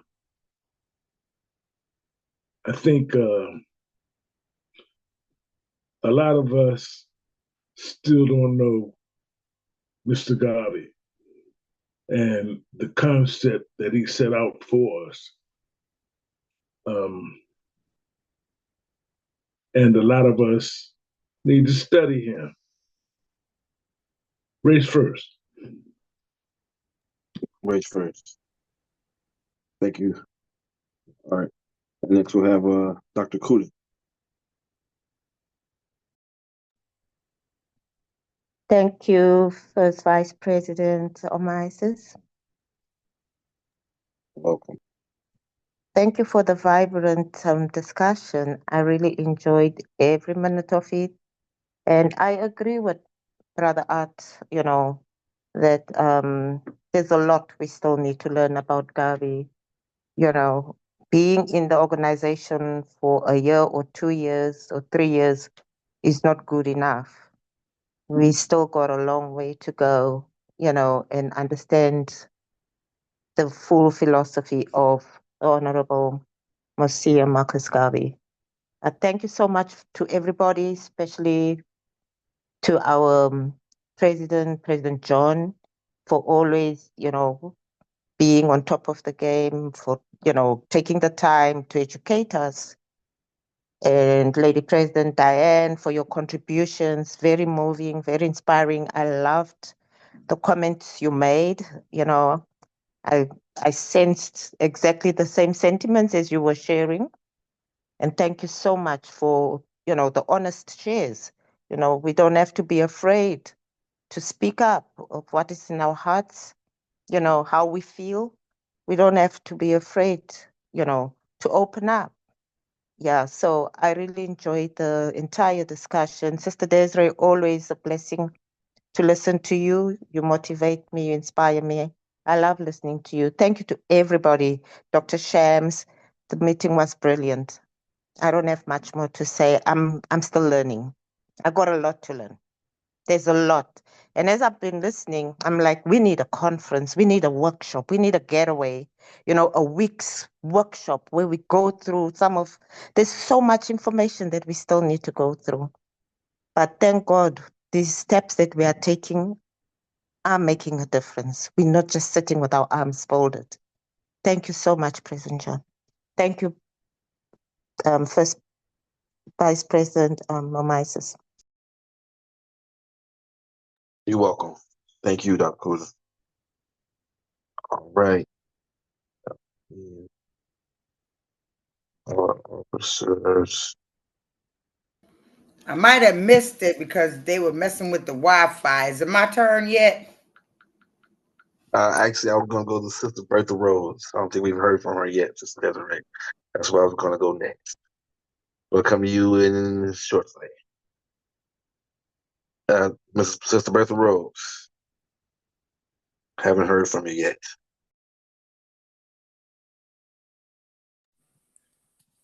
If you would like to share anything. He's probably on mute. On mute. Give her a second to unmute. And if you'd like to share anything, the floor is yours. Thank you. Yes, I would. I appreciate this meeting. I appreciate the discussion. I really appreciated hearing what the second vice president had to say. I thought he was very calm and very organized in his thought. And, I was thinking sometimes when we get so full of anger and resentment, and I'm just talking about in general now, sometimes I know it's based on fear. And what he said really touched me with that, because it's like if we are so focused and on what our goal is, we have supreme power to help us to just ignore or whatever, have workarounds for anything that tries to stand in our way. So we just need to keep focused, keep ourselves together, have ourselves on point to do what we need to do to not just survive, but to thrive as a people. Thank you. Thank you. Thank you. I appreciate it. Race first. Race first. Okay, Sister Desiree. Floor is yours. Race first. So anyway, to the comment that the sister made about the Moors selling themselves out to brothers and sisters out to slavery, show me the fact. I know they show old black and white movies back in the day when you had someone wearing a red fez, and they were saying that they did that. You have to remember when Noble Jew Ali started the Moorish Science Temple, what was back in 1923 or was it 29? Slavery was already going on. Now, when you talk about the original Moors, what happened with that fez came later. So the original Moors did not even dress like that. They had turbans, right? So, like I said, the facts is there, as far as all that. And like Dr. Sham says, they're a different group of Moors. I'm sure that, not even focusing on the Moorish Science Temple, them Christians, they done did stuff under the sun that's not right. Them black Catholics, right? Them Protestants, all them under the Vatican, right? But my situation and where I stand at, and it has nothing to do with fear, it has nothing to do with hatred. My ancestors come first. Not only do my brothers and sisters come first, but my ancestors come first. My ancestors went through hell and hot water. Do you know Marcus Garvey was a Roman Catholic when he left out of here? Sister Hurlin. That ain't got nothing to do with me, though. That ain't got nothing to do with what I'm doing for my community. The original Roman Catholics was black, and Marcus Garvey ended up converting to a Roman Catholic when he left out of here. Do your research. But that ain't got nothing to do with me. I'm not with the Catholic. That's not my thing. One second, Sister Desiree. Let me make it brief. Please, brothers and sisters, let's not interrupt. Let's respect everyone as they're speaking. Please don't interrupt. Sister Desiree has the floor. And Sister Desiree, please keep your comments limited to 3 minutes. All right. Yeah, that's not my thing. My thing is my ancestors. And my ancestors have always been at war way before the United States government came into effect. And I'm going to stick with my ancestors. I'm going to stick with my brothers and sisters. And that's that. I'm not dealing with the Ananites, troglodytes. I'm not dealing with them. The Caucasoids, they got their own thing. They need to stay over there, because if you come over here, you're crossing the line and you're going to get that heat. Thanks, Sister Desiree. Remember, share. Next, we will have Sister Hurlin. You have 3 minutes as well. No, I ain't got nothing to share. I said all I was gonna say. But what I was saying, Sister, and Desiree, I like your fire. We ain't far apart. I'm outlaw. I'm a real outlaw. I stand to break rules on purpose. I show up to break a rule on purpose because I like it, because I hate rules. But as I'm just saying is, I like your fire. But at the end of the day, I was just saying, because you was talking about the Roman Catholics. And I had to find out and learn that Marcus Garvey converted to a Roman Catholic before he left out of here. And folks don't know that. So when you talk about them black Roman Catholics and you stand with your ancestors, do you stand with Marcus Garvey, knowing that he was a black Roman Catholic when he converted to when he left out of here? Well, when I say my ancestors, I'm talking about my ancestors that go way further than the Roman Catholic Church. Our ancestors were here on this land. There was no such thing as a Roman Catholic Church. The original Rome. Let me tell you something. And I had a roster had to teach me that. had to teach me this, because if you want to be on higher conscience, you got to go look past that flesh. Like Bob Marley say, evil had in low places. I don't like white folks. I don't like China folks. I don't like the Arabs because I know they all did us dirty. But when you go back in that Bible and that scripture, everybody was black. So where did it start from? And the white folks is the youngest races, the youngest species on earth. They just showed up on the scene. We been here. So where did it start from? Because evil do have in low places. You got to look past that flesh. Okay, and I'm so telling it you, goes I'm learning back to to look past that flesh. Eknaton Because because my it father goes was back killed to by a black Coptic. man, not a white man, and my father was original Black Panther. So we have to do that. Would be one good subject to go through, because we have to go back all the way to when Coptic actually began. That's how Christianity began dealing with Eknaton, and the facts is there. I can show you that. Also, the original Selassie Romans. was a Christian. Listen, Selassie was a Christian, an Orthodox Christian. When Bob Marley must have knew something, because before Bob Marley left out of here, he got baptized in the Orthodox Christian church. So he knew that. He knew something. You know what I'm saying? Well, Everything. one God, one aim, or whatever. Right. It's like everybody's doing however, whatever. But you also understand, anytime them jokes is gonna sit over there and tell you that Jesus, and first of all, that's not even his name, had blonde hair and blue eyes. There's falsification to that. I don't care what other people do. I know what I'm gonna do though. And there's nothing wrong with me being around people. No, that's okay. Let her finish talking, John. Don't cut that off. Okay. That's good vibes. That's vibration. I'm learning. Let her finish. Because I know what I'm going to do, what I am going to do, and what I'm not going to do. I don't care if you want to be a Christian. I don't care if you want to be a Catholic. I don't care whatever. But when you step on my throne, it's race first, Black power. That's it. So you can take your white Jesus and carry it out with you. Don't give me no confession, because I'm not your redemption. I don't want to hear no confession. That nonsense is not going to be tolerated. I don't want to hear no nigga shit, no Negro shit, no color shit, and none of that shit. What we gonna do in this community right here? Because honestly, I don't really care. You can take that your Jesus and everything else and carry it out the door. Because at the end of the day, it goes with my breath, our breath. Right. As we breathe. Yes. I want to network with you, Sister Desiree. I like you. You turned up. You thug life. I like you. That's right. For real. That's all right. I want to change the information. I want to change the information with you. I like your fire. Thug life. For real. Yeah. We appreciate both of y'all. Wait a minute. I'm not a thug. I'm not a thug. Thank y'all so much. Thank y'all. All right. Thank you. Appreciate y'all. That was real right there. Yes. All right. I got iPad. Is that who's the iPad? Sister Aziza. Okay. Oh, just fell off. Okay. I think I lost sister. He's all right. What about the owner? Oh, owner doesn't even have a mic on. Okay. Owner is myself. I have my desktop and my phone on. Thank you. Did I miss any of the sisters?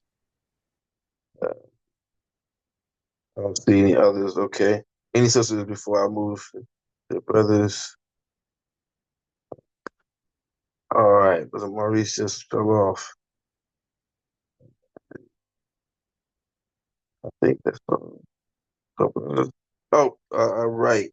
President Ross. Would you like to share anything? Hey. Also, our treasurer. Yes, greetings, family. Greetings, First VP, Brother Masis, and greetings to our president, best president of any UNIA division, President John. Greetings, family. I'm over here at Dome and Alagriat at the Taste of Africa program. It's going on wonderful, and have a good turnout. And I just finished speaking on African unification. It went powerful. It was positive, and I'm jumping back in on the meeting. I kind of missed a little bit because I just finished speaking and I couldn't be in two places at one time. But thank you for everyone who's here supporting UNIA Division 421. And that's all I have to share right now. And let's make sure that as we speak on our conference call, on our Zoom call, that we give everybody respect, meaning that allow somebody to finish before we jump in. And also remember that we have a time limit when we speak. And make sure everybody has a chance to express themselves. Race first, everyone. Race first. Race first, President Ross. Thank you so much. And President Ross in the mix, showing up, availability, capability, abilities. Thank you for being there, President Ross. All right.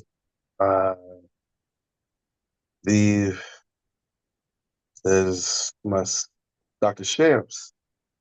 And did we give you your member share? I think so. You have not. No, you have not. Go ahead, Dr. Shamps.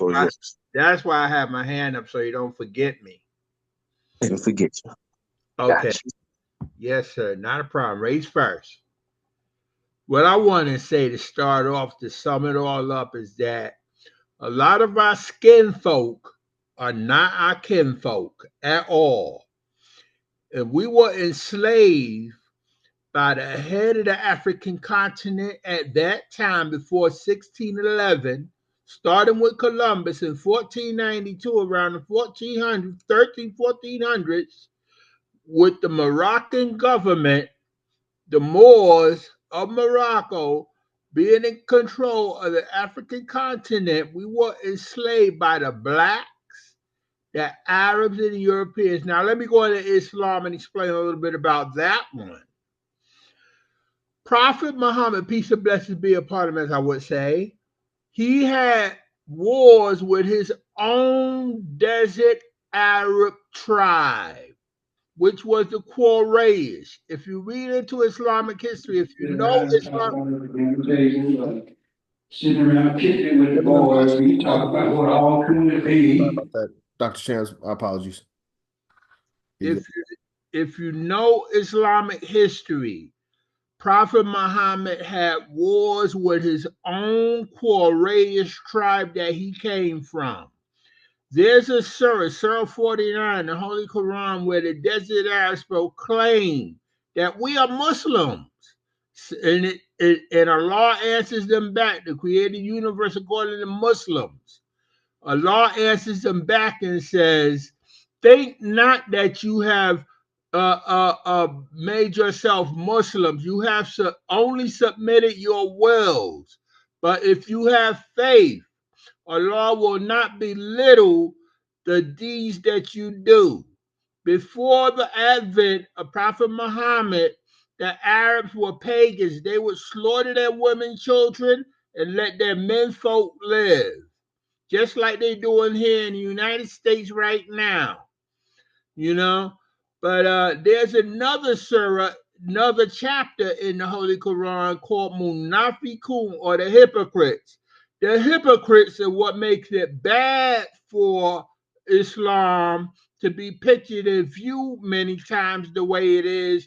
They existed back then, they existed now, and they existed all throughout the history of Islam. If you put both of those chapters and verses together, chapter 49 and chapter 63, you will understand why it is said that Islam enslaved our people, or created slavery, or what have you. Because the pagan Arabs at the time, the advent of the Prophet Muhammad, they were pagans. They killed their women, children, and let their men, children live. And Prophet Muhammad himself had wars with his own Quraysh tribe. He had wars with his own family. You know, I think it was his father. I'm not sure if it was his father or one of his uncles or what have you, but they turned apostate to Islam. His cousin Ali stood upright with him and defended him, and he is the rightful Caliph, Ali. And there are many stories about battles in Islam, and there's many hypocrites all in everything all over the world. if we're going to condemn one thing, we must condemn everything in all philosophies. Christianity tore apart. It wrecked Africa by teaching too much peace and turn the other cheek. If Christianity did not go into Africa, we would not be enslaved either. So Christianity played just as much role as the hypocrites in Islam and those who like to fight in Islam to destroy Islam. Peace and race first. Thank you, Dr. Shams. I don't believe we have any other brothers besides myself, President John. Don't believe I'll go ahead and share. Greetings again, Brother Macy's, First Vice President, Business Development Coordinator, and just wanted to say that we are actually light years ahead because we do have a blueprint. Marcus Garvey laid a blueprint that I believe laid a foundation that encompass all possibilities. Now with this foundation, there's things that could be built upon. There's walls, there's stairs that may be put inside, but the foundation is here. And there are many other organizations that are out there that have their foundation. But this foundation that we have, I believe it is complete. And now all it takes is for each and every one of us to lend our time, our energy, crafts, our creativity, our skills, gifts, and talents to what we are doing so that we could continue to build on this foundation, a house, a mansion for our people to be able to come into, be able to walk away from any other government, fraction, society that is not giving them the quality of life that I believe that Marcus Garvey envisioned for us all. He envisioned a quality of life for us that we deserve as direct descendants of the children of God, as people who are in humanity. And that's all we're asking for is our rightful place. So I hope that we will all leave here with the confidence that Garvey wants us to have. If the confidence is just in the blueprint and the foundation that's there, and knowing that we have the foundation there, hope that we can leave here and ask ourselves, what else can I add? How much more can I bring to this organization, to what we're doing, and just make yourself available. Of course, right now, one thing Garvey asked us to do was create a fund for all of the things that we're doing. So we are, of course, outside of the dues. We're raising money for all of our endeavors. I know President John talked about getting a Liberty Hall. So at this point, I would like to add anybody who would like to go above and beyond, make a donation to our endeavors, to please do so. I'll let President John give us cash after anything, but we are here, we're working, we have a foundation, we're here to build, we're here to work, but we need each and every one of us. We need each and every one of us to, in 2025, we're gonna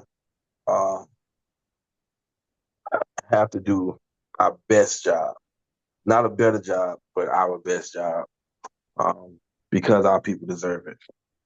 So as always, we appreciate everyone who can donate. Cash App's on the screen. It's our job to work collectively, and we at the UNIA are here to work for the benefit of our people, to purchase assets that will be in trust for our people, to make sure that they can have the quality of life that they deserve. So your donations are appreciated. We continue to build. I'll hand it over to our president, and thank you everybody for coming. Thank you, First Vice President. Thank you for the reminder for dues and the reasons for why we come together. And again, just to kind of bring it all back together, We are the UNIA-ACL. We are the local division here in Atlanta, and it's our responsibility, or we take responsibility to govern our people and to govern ourselves as a people. Um, we must understand as officers, we have a very serious responsibility. And that responsibility is in regards to education and teaching and training. We represent something. That red, black, and green flag, the colors UNI, I mean, the letters UNIA, ACL, the concept of Garveyism. We represent that, especially as officers. We highly represent that, and we stand on it, as they say today. But we, you know, it can be a difficult process, standing on these principles. And that's why education is so important for us to understand not only what we represent, but how to defend what it is that we represent. So tonight, as I said, we've read this speech every year for the past 2 or 3 years, and we still seem to get, you know, there's a focus on particular sections of the speech, but you have to ask yourselves, and especially as leaders, but anyone that considers themselves a Garveyite, prior to today, if someone were to tell you that they've read somewhere where Mr. Garvey said that he loves the white race, um, it may not be something, one, that you knew or were aware of, or two, what was the context of what Mr. Garvey was saying, and how do we explain that sentiment? So this is just a small piece of the big picture. A lot of it we'll discuss in the course of African philosophy, but being able to defend the UNIA, being able to defend Garveyism and these beliefs, again, it's a 100-year history, so there's a lot of paperwork, notes, minutes, documentation from the UNIA and from Mr. Garvey directly. And if we're out in the public and we're promoting the UNIA and others know more about our organization or more about our leader than we do, that's not a good representation for us as leaders or for us as an organization. So, again, this is just a small piece. And these are difficult meetings, difficult discussions, difficult speeches to go over, but we're not going to run away from the truth. We here at 421, we go directly to the source. So tonight, as we read, this is a speech delivered by Mr. Garvey, November 25th, 1922. But these are his words, not mine, and we can take them as we receive them. All right, President John, maybe he was also discussing the fact because, interracial relationships has been going on since the beginning of time. And you already know it actually comes from through science. It says as long as your mother is black and your father is white, then you actually black. But then, even then you have the father that had sex with a European, and then they have the mulatto child.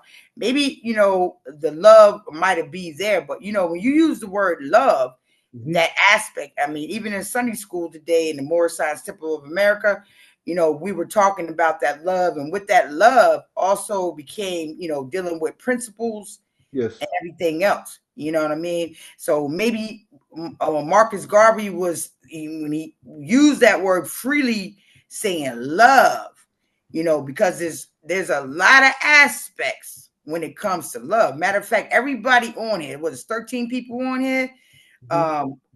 So if you ask every last one of us, what is our definition of love, you're going to get a totally different answer from each individual on there, because the love, you really can't define it.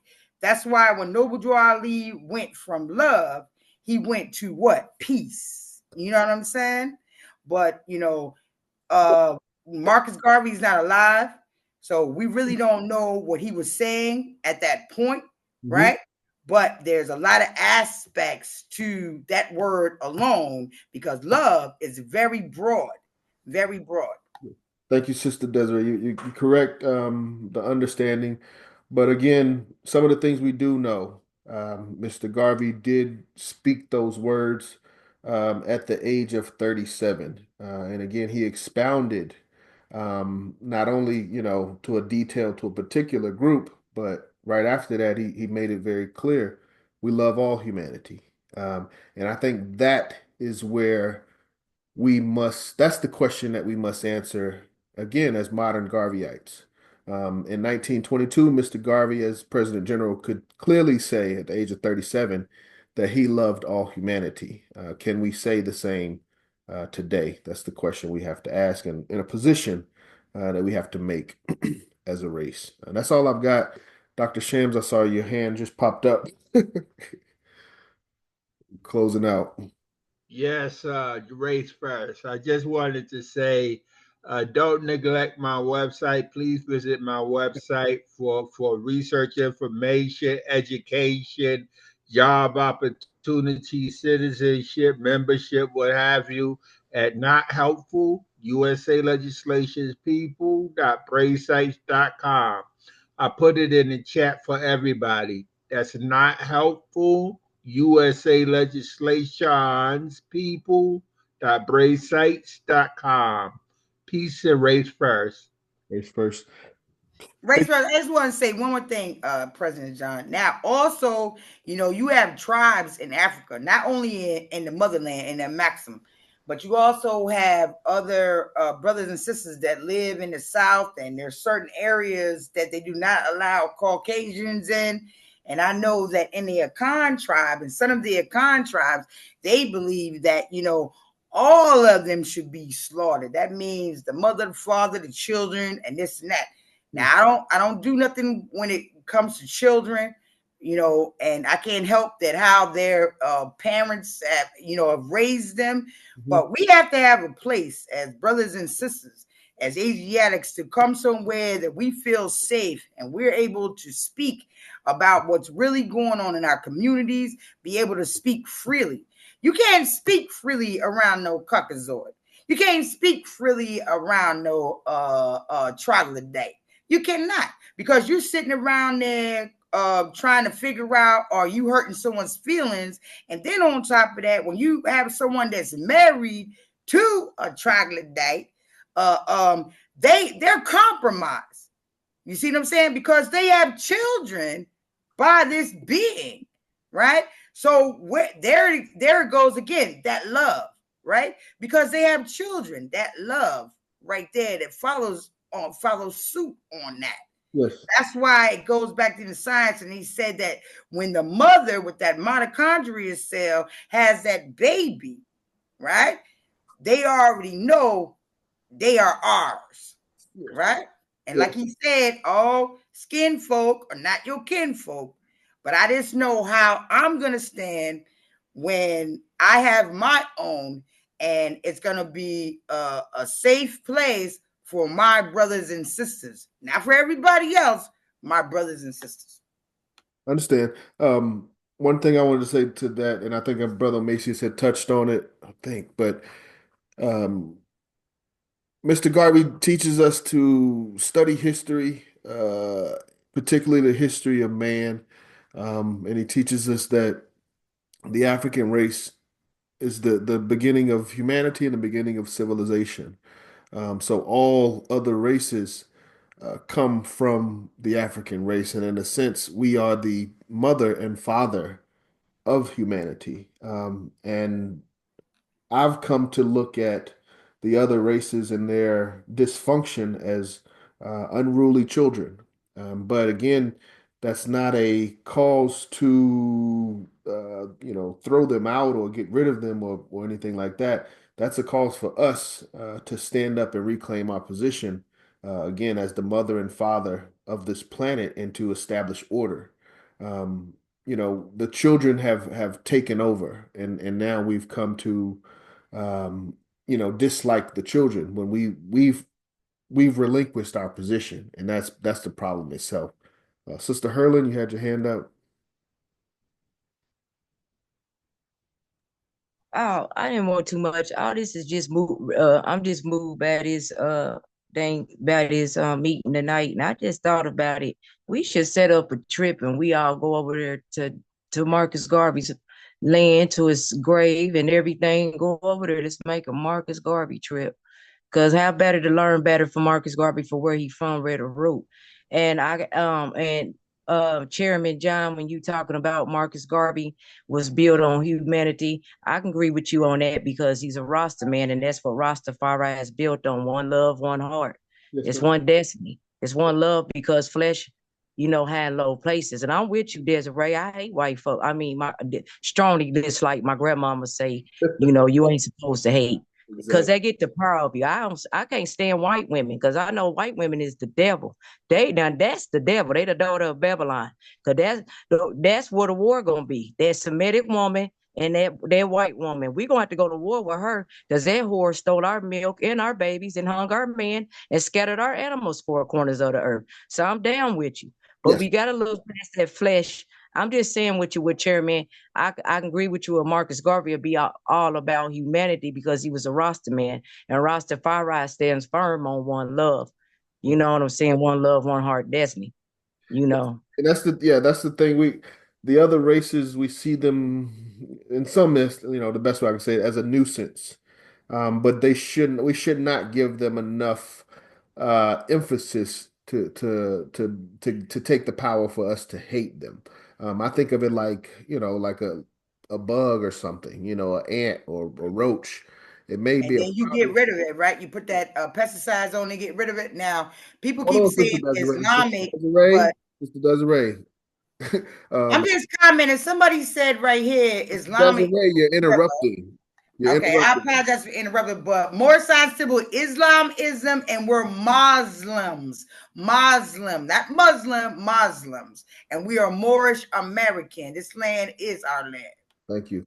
But again, a nuisance like that, I wouldn't think it would get to a position where you hate it. If that's an issue amongst yourself. If you got a infestation to the point where you hate it, you really got to look at your own hygiene habits at that point. But I just don't give them that much that much power. Attorney Imhotep has returned. He did not get a chance to share. Yes, thank you, President John. Race first. You said something initially when the program started about the invaders of Africa, that the Honorable Marcus Garvey wanted to get rid of all of the invaders of Africa. And I see his point, and it just came to my mind. I look forward to the day that we can get rid of those Arabs who invaded Africa, and considering what they did to us, get rid of the Arabs and his religion. Race first. Race first. Yeah, when we say Africa. And the heirs religion is that Muslim, that Allah religion. That is not true. Yes, That is not that's true where it came no, from. it's They not. That enslaved is us not with it. true. Them Arabs he's talking about, they had nothing, that has nothing to Guess do with what? no And the duality. scriptures say No, some of no, my people no. will fall for a That lack of King knowledge. James brother Desiree, you read don't in the fall for a Bible, lack of first of knowledge. all, he was a homosexual. King James was a homosexual. I'm And not following King God's James. Bible over That's and not over from King again. James. I Them know King James Arabs was a don't have homosexual. nothing to do with the Moorish Prophet Muhammad enslaved us on. Okay. I don't understand why we cannot stop pushing the mute button. We're going to close out. It seems we have reached the end of the discussion in regards to the topic, and seems like we're going into other discussions that have nothing to do with the topic or the UNIA or Mr. Garvey's teachings and principles. And if that's the case, I think it's best that we respect the UNIA's mass meeting and close out officially, and then we can open discussion for other topics. If everyone would, I'm going to play our Ethiopian anthem, and then we will close out with our motto.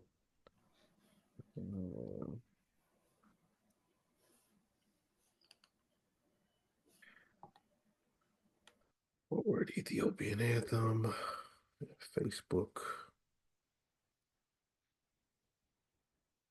Yes, brothers and sisters, we gotta stay focused.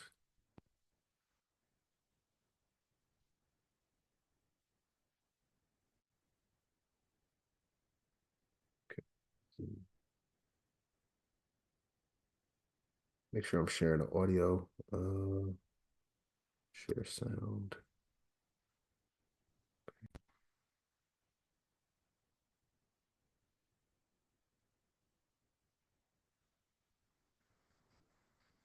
Ethiopia, the land of our fathers, the land where the gods love to be. As storm cloud at night suddenly gathers, our armies come rushing to thee. We must in the fight be victorious, when swords are thrust outward to gleam. For us will the victory be glorious, when led by the red, black, and green. Advance, advance to victory, let Africa be free. Advance, advance to meet the foe. Advance, advance to meet the foe. With the might of the red, the black, and the green. With the might of the red, the black, and the green. Ethiopia, the tyrant's falling, who smote thee upon thy knees, and thy children are lustily calling from over the distant seas. Jehovah, the Great One, has heard us, has noted our sighs and our tears. With the spirit of love, he has stirred us to be one through the coming years. Advance, advance to victory, let Africa be free. Advance, advance to meet the foe. Advance, advance to meet the foe. With the might of the red, the black, and the green. With the might of the red, the black, and the green. O Jehovah, thou God of ages, grant unto us sons that flee the wisdom thou gave to thy sages when Israel was sore in need. Thy voice through the tempest has spoken, Ethiopia shall stretch forth thy hand. By thee shall our fetters be broken, and heaven bless our dear fatherland. Advance, advance to victory, let Africa be free. Advance, advance to meet the foe. Advance, advance to meet the foe.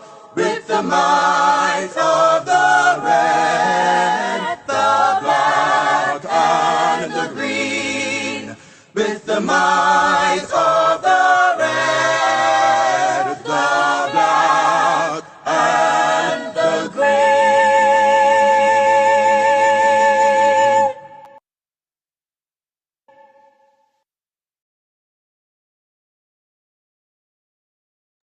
Very nice. Thank you, brothers and sisters. Maybe that's gonna do that. Sound thing always messes up. Thank you, brothers and sisters. Times this weekend. You're big. That concludes our meeting for this evening. Brother Mason, would you do the honors of the motto and slogan? I'll stop the recording and we can, if there's any further discussion, we can open that. All right, put your right fist in the air. The motto and our slogan. Repeat after me. One God. One God. One aim.